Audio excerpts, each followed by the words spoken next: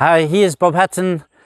Ich wünsche einen schönen Tag und ich hoffe, dass ihr alle einen guten Tag haben werdet heute Morgen. Ich möchte weiter fortfahren und einige Gedanken über die Auferstehung Jesu erzählen. Wir haben gestern ein bisschen aus dem 1. Korintherbrief Kapitel 15 gelesen und wir haben gesehen, dass Paulus auch eine Erscheinung Jesu gehabt hat, dass Jesus ihm erschienen ist. Und Paulus sagt in diesem Kapitel, dass wenn Christus nicht auferstanden ist, dann ist unsere Predigt leer.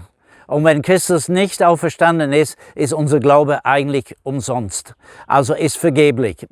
Es hat keinen Sinn. Alles hängt von dieser Auferstehung ab, dass Jesus auferstanden ist. Und in diesem Kapitel 15, er sagt auch, dass auch wir werden auferstehen.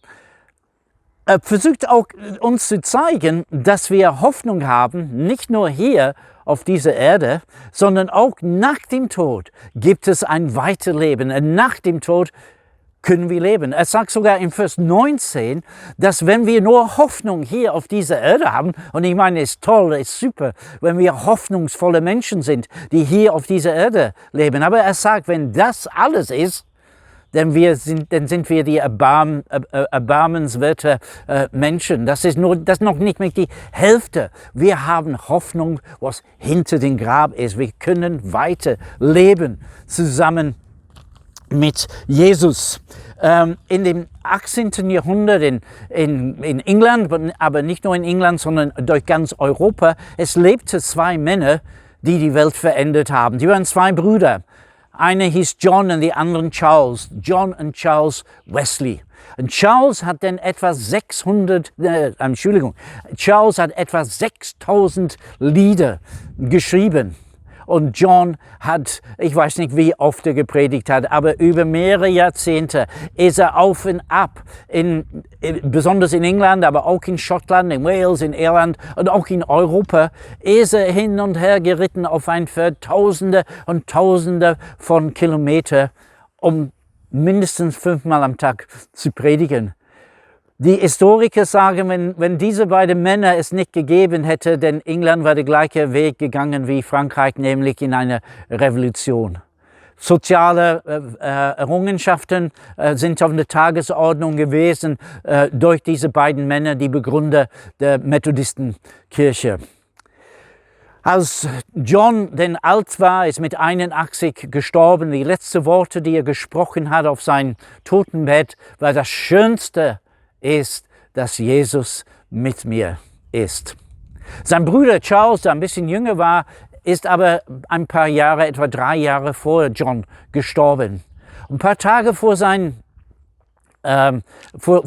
Tod hat er sein letztes Lied geschrieben. Ist ein bisschen schwierig, das auch zu übersetzen, aber sinngemäß, ist nur sechs Zeilen, aber die letzten beiden Zeilen sagte Charles in dieses Lied, also wenn ich nur einen Blick von dir, wenn du mich nur einmal anlächeln würdest, dann würde ich hineinfallen in der Ewigkeit. Und ich glaube, 3 Tage später ist er gestorben und ist hineingegangen in die Herrlichkeit seines Herrn.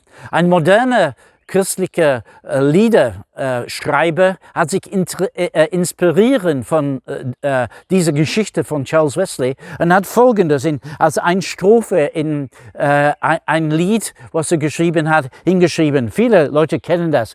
Und es ist von Matt Redman. Und er schreibt da in das Lied: Und an dem Tag, wenn meine Kraft verschwindet, das Ende nahe kommt und meine Zeit gekommen ist, wird meine Seele noch immer dein unendliches Lob singen, 10.000 Jahre bis in Ewigkeit.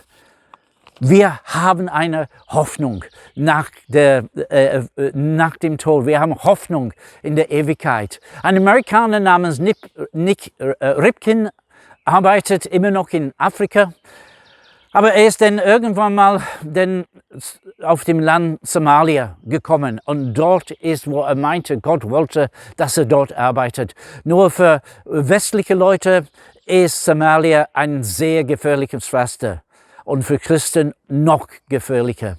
Also er lebte in Kenia, in Nairobi und ist immer jeden Monat hin und her gefahren nach Somalia, wo er denn gearbeitet hat.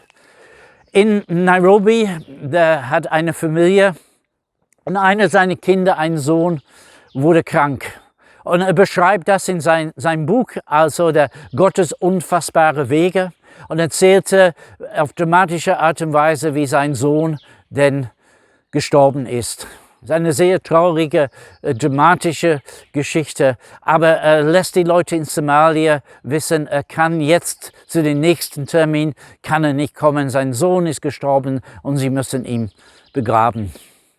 So kommt es zu dem Tag der Beerdigung und die Familie wollen gerade losgehen zur Kirche und es klopft an der Tür. Und sie machen die Tür auf und es sind ein paar Leute da von Somalia. Sie sind gekommen, weil sie wollten ihren Freund ehren und sie wollten ihn begleiten bei der Bestattung seines Sohnes. Sie sind von Somalia gekommen, sie sind zu Fuß gekommen, sie sind hunderte von Kilometern gekommen, um bei dieser Beerdigung dabei zu sein. Die Beerdigung ist dann abgelaufen.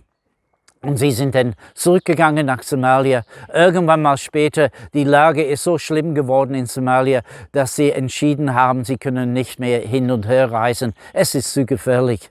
Und er geht hin und verabschiedet sich von seinen Mitarbeitern. Und sie weinen und sie sind so bewegt. Sie sind alle Muslimen und sie sagen ihm, du musst uns aber eine Sache sagen. Wir kamen zu der Beerdigung von deinem Sohn. Wir kennen Beerdigungen. Jede Woche stirbt irgendjemand. Da ist so viel Gewalt in unserem Land. Da ist so viel Hunger in unserem Land. Da ist so viele Krankheit in unserem Land. Und der Tod ist uns nichts Fremdes. Beerdigungen haben wir zu Genüge. Jede Woche irgendwo in unserer Nähe stirbt jemand. Aber als wir zu der Beerdigung zu deinem Sohn kam, ja, es war traurig, ja, wir haben gespürt deine Trauer. Aber der Pastor in der Kirche, der hat erzählt von dem Leben nach dem Tod. Die Leute haben dann gesagt am Grab, auf Wiedersehen, wir würden uns bald wiedersehen.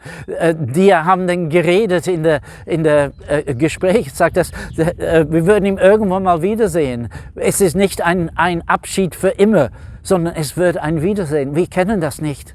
Wir kennen mit dem Tod, für uns ist alles aus. Vielleicht gibt es ein Leben nach dem Tod, aber wir wissen nicht, wie es aussehen soll. Etwas Schreckliches vielleicht. Aber ich habe diese Hoffnung, ich habe diese Zuversicht. Und ich bin froh, dass ich Christ geworden bin und ich habe eine Zuversicht auf ein Leben nach dem Tod. Und ich wünsche am Ende dieser Woche, dass auch du und dass auch ihr diesen Zuversicht in eurem Herzen habt, dass das Leben geht weiter, auch nach dem Tod. Jesus hat einmal zu einer Freundin von ihm gesagt, ich bin die Auferstehung und das Leben. Wer an mich glaubt, obwohl er stirbt, wird er dennoch leben. Einen schönen Tag wünscht Bob Hutton. His very last hymn